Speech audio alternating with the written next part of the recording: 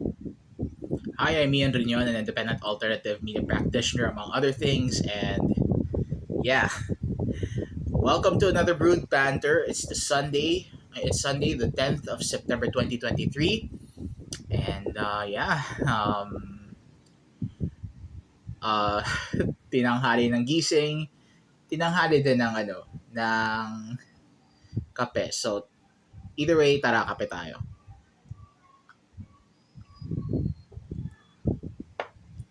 First and foremost, I would just like to apologize for not being active on social media recently kasi I've been I've actually been busy at work, and work comes first, of course. Kaya and as much as I would love to do this kind of thing, hindi ako nababayaran, kaya I mean hindi pa siya cost effective sa ngayon. Basically, I'm bootstrapping this thing. So, ganun talaga.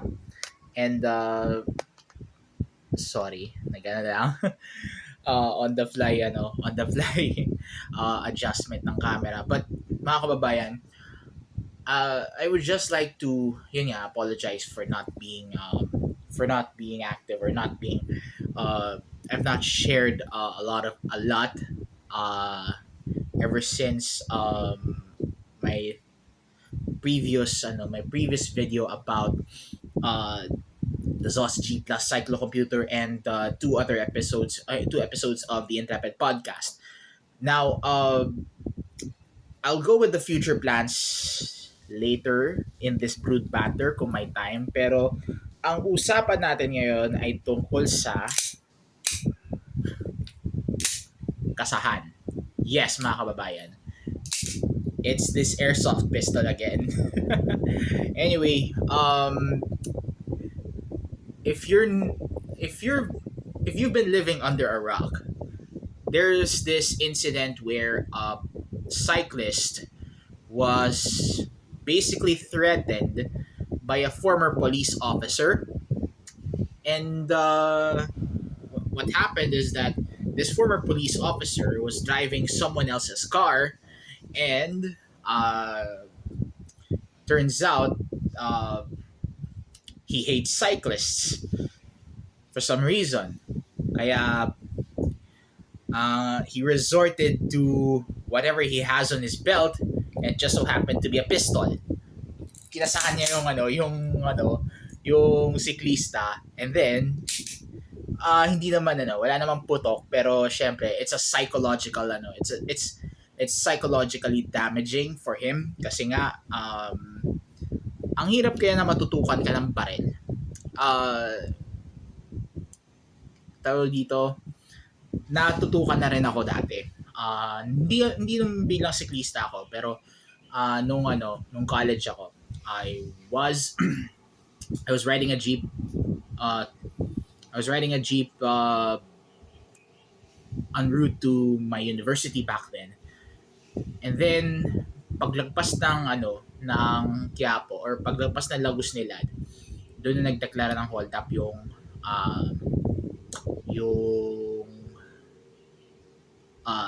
yung isang pasahero. If I remember correctly, that guy was aiming a revolver uh, towards me. Talagang nasa harap ko kasi nasa likod ako ng jeep eh. Tapos kaharap ko talaga yung hold upper. And then there were fellow students as well who were inside the jeep. And sa sobrang takot nila talagang binigay din nila yung pera nila. But yun nga, wala akong binigay. Sinabi ko wala po ako cellphone. Wala po akong cellphone. And back then I didn't have a very good smartphone. It was a very old, dilapidated buttoned cellphone na basic lang, calls and text and all that. And I guess it's a blessing in disguise din na nagkaroon ako ng ganong klaseng experience kasi uh, moving forward, I was more aware of more aware of my surroundings, heightened alertness or heightened situational awareness, and I got into the prepping stuff. Kaya ganito na lang ako ngayon. Kumbaga meron akong parang prepping mentality na rin. Or survivalist mentality na rin based on that experience. Now, uh, eto kasing siklista, iba ang iba ang naging experience niya kasi medyo malaki kasi nakabangga niya. Kaya ayun, uh, parang gusto na lang niya manahimik. I can't blame him. I really can't blame him. Kasi nga, malakas ang kapit. Tapos, you know, government employee. Tapos, ano pa, na-interview pa ni Anthony Taberna. Kaya may speculation na they're on the same team, if you know what I mean. Yun lang naman yung sa akin. And ang nangyari, Senate hearing, hindi korte. It's just a shame kasi a cyclist lawyer named attorney Raymond Fortun, who also happens to be a member of the Opus Dei, for all I know. Yes, mga kababayan, attorney Fortun is a Catholic and part of the work. Catholic peeps would understand what the work is, pero basically it's the endeavor of Saint Jose Maria Escriva. But ang nangyari kasi, ito si Attorney Fortun, he really offered pro bono na i-represent tong siklista na to, but he declined. It's his son who pleaded to persuade his dad to file charges. And then, nung nalaman na kung sino yung taong yun, he just said, okay lang, ito, nagkasundo na kami na kami. And there are speculations na nabayaran siya o tinakot siya. Which is a shame. It is. I mean, yung anak na niya mismo nagsabi na na i-pursue ang kaso. I guess it's tawag dito, the juvenile sense of justice na alam mo yun, na medyo mapusok. I mean, napagdaanan ko din yan. Of course. Napagdaanan natin lahat yan. But in this case kasi, it's as if the son had more balls than his father. Again, I can't blame the dad. Kaya lang, medyo nakaka-disappoint lang. Kasi, as the old anonymous adage goes, evil can only triumph if good men will do nothing. I'm just paraphrasing mga kababayan. Pero that's basically it. That's basically what that quote is. And in this case kasi, wala siyang ginawa eh. I mean, okay, sige. Na-feature siya doon. He passively raised awareness that this shit happens. Pero he didn't do something about it. Which is sad. It is. And kampi sa kanya ang buong Pilipinas. The whole people of the Philippines, or at least most of them, backed this cyclist na mali naman din yung ginawa nung na yun, ng ex-police officer na yun. Since then, he lost his job, he lost reputation, he even lost his benefits as a government employee. Talagang nawala lahat sa kanya. And it's fair. It is fair. But then again, he walks a free man. At hindi natin alam kung gagawin niya yun sa ibang tao, sa ibang siklista, na pag nagkit-git lang niya sa daan, magkakasa na kaagad. That's the ano eh, that's the issue here na ito magpapatuloy lang yung ano niya eh, yung uh, pagiging road rager niya kung papabayaan lang siya sa daan. And a lot of people are scared because of that. Legitimately scared. Kaya uh, the whole cycling community is up in arms.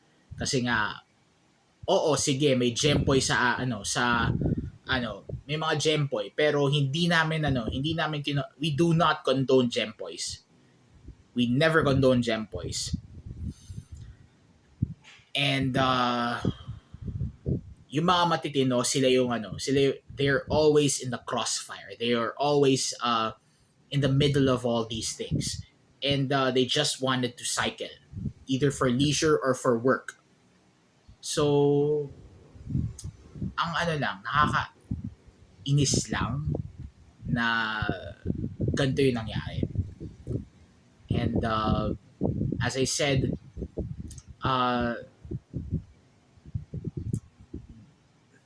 the son had more balls than his father. Sayang. Sayangan lang ako. And that also means cyclists are forced to defend themselves, either pepper sprays or tasers. Actually, may pepper spray dito sa loob ng Intrepid HQ. I'm not sure if it still works or if it's still effective, but the next time I cycle, dadaling ko yung pepper spray na yan. That's for sure. That's for damn sure. Tapos mag-invest na rin ako ng taser. Kasi mahirap na eh.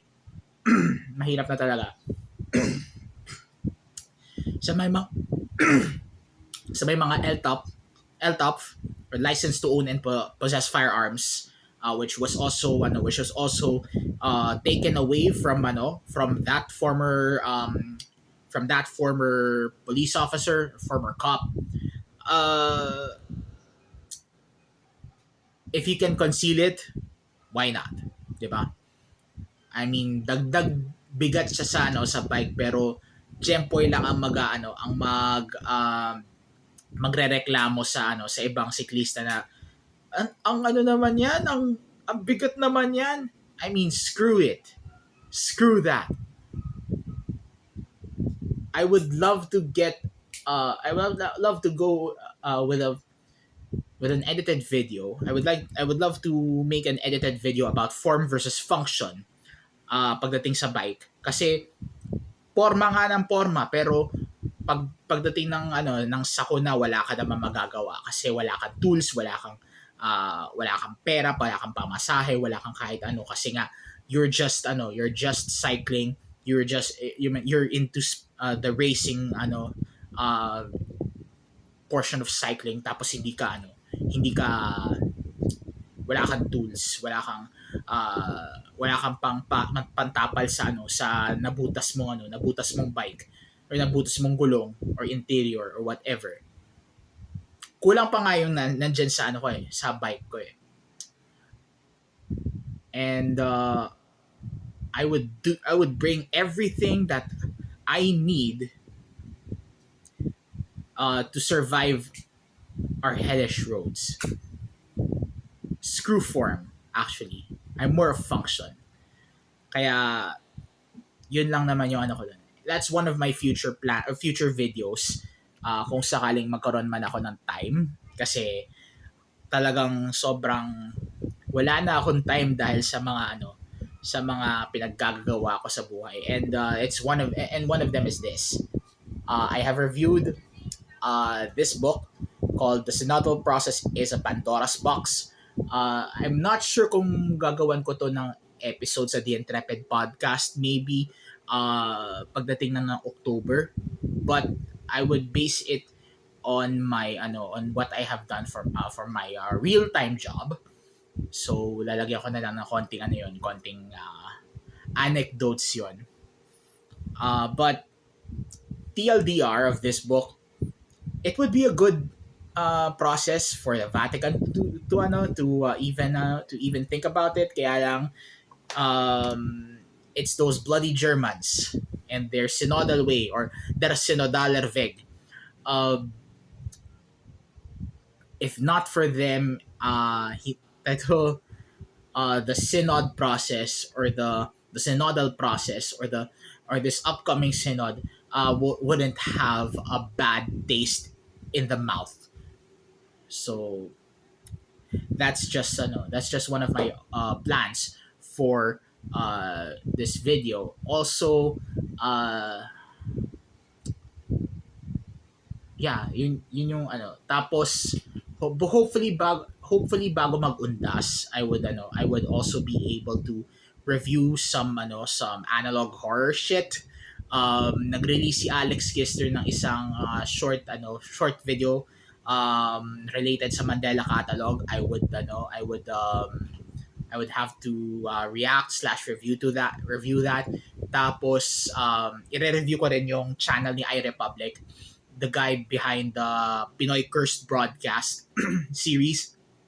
Actually, ang ganda ng mga ano niya, ng mga naging videos niya, even quite recently. Basically, nagsimula yung ano niya, yung kasikatan niya nung nung uh, nireplicate niya yung video ng Local 58 na Contingency. Gumawa siya ng Filipino version ng Contingency. And that was one of the best, if not the best, versions of Contingency anywhere in the world. So, kasi parang inintroduce din niya yung lore, yung sarili niyang lore sa Pinoy Cursed broadcast. So, and it's Pinoy Cursed broadcast with a K on cursed. So, yun yung ko. That's also another planned content for either the Intrepid show or the Intrepid podcast. So, that's form versus function, synodal process or the synod thing, then iRepublic sa Undas, and then one final video that I would love to sort out is shortwave radio listening kasi recently umuulan, panaka-naka, at hindi ako makapag-bike. Pag nakapag-bike naman ako, hindi ko alam kung ano gagawin ko. So I need another alternative so that my neurodivergent brain would basically have something to ruminate aside from existential stuff, and that's shortwave radio. And I just bought a very good one. So I would review this and other shortwave radios that I have. Basically, I would have parang concept video siya on shortwave radio listening. Kumbaga, hindi ko na in-unbox kasi it's just a basic radio, pero this is ito yung i-feature ko talaga sa sa video na yun. So apat na videos yun na pinaplano ko, and I hope I can I can sort all of that out in the weekends. Tapos I also have some IRL stuff na kailangan ding asikasuhin. So talagang loaded ako ngayon. Loaded ako ngayon kung kailan may matino akong trabaho. So yeah, it kind of sucks, but ganun talaga. So I raise a toast to all of you for sticking around. And I also raise a toast to Attorney Fortune for basically restoring the trust that people have, not only for lawyers but also for the spirit of bayanihan. Kasi nagbayanihan ng mga tao laban sa sa former police officer na to. Even the bloody senators have told that guy, that baldhead, na mali talaga yung ginawa niya. So, I raise a toast to Attorney Fortune. May God bless you in your ministry. May God bless you in your profession. And ride safe po lagi, sir. Cheers. Boy. Ang sarap magkape pag ano, tanghali. But that's not that hot. It's not even warm. Okay lang na ano, na hindi mainit. Ang init na nga ng panahon tapos naka pa ako. Naka t-shirt pa ako, sobrang init. So, um, I actually did this video kasi pinapanood ko yung live stream ni Ian Howe kasi parang may plano na siyang gawa ng podcast or live show or whatever. And I do suggest na i-retain niya yung Sarap Mag-Bike Show na pangalan ng podcast. That's catchy sa Ian. Yun lang masasabi ko. And yeah, I'm wearing the Starving t-shirt. So, yun talaga. Yun yung ano doon. Uh, I would link the Starving t-shirt as well in the video description once I process the video. So, direct upload naman na to kasi Brood Banter to. So, yun lang naman yung sa akin. That's all that I have here on my end. And with all that said, this is Intrepid and Riñon reminding you to at all times be the salt of the earth and the light of the world. Until then, look alive, stay alive, be kind to yourself and to each other, keep your coffee sweet and your comments salty. And if you're a cyclist, wear a helmet and don't be a gempoy. Yun lang. And as always,